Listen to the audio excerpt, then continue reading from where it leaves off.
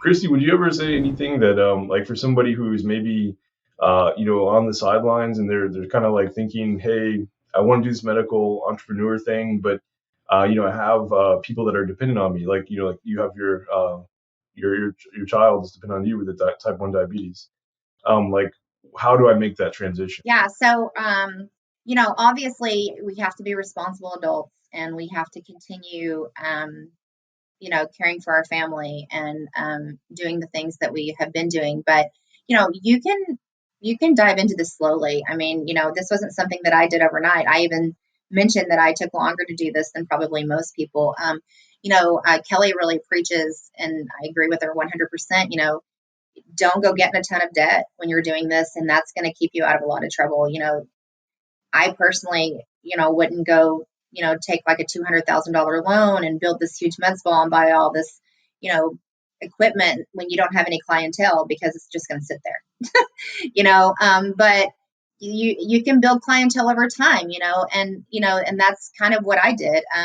You can go to the classes and then you can just start practicing on people and friends and family, and then you start building that clientele, and then it just grows, and you don't give your job up at that time. You just do it in your spare time, and then it just builds. So you still have that security, and in that time, I think you're going to figure out, is this for me or is it not? And it's kind of what I did. And it just worked. But I would say it's definitely worth it if you have that spirit in your stomach, or I don't even know what we're calling it, but if you feel like it's something that may be right for you, then you don't have to be scared because you don't have to jump all at once, I guess is what I'm saying.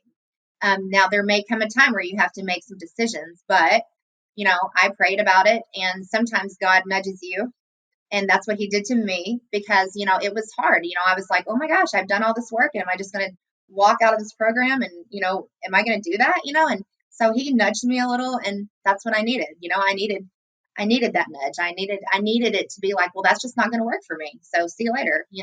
And sometimes that's the way it goes, but it didn't happen overnight. I think I trained in July of 19, and I just opened my doors in October of 22, and here we are. And so I think that if you've got that feeling, that you should definitely pursue it, because your only regret would be not pursuing it, because you could really be missing out. I never saw myself doing this ever. Never. I would have never thought that I would do this. Just like when I went to training, I told myself, what am I getting lip filler? I never thought I would ever get lip filler, and now I'll never go without it. I mean, it's just it's crazy, but it's really neat. It's we don't understand what we're capable of. We don't know that we can do these things, and it's really cool. It really is.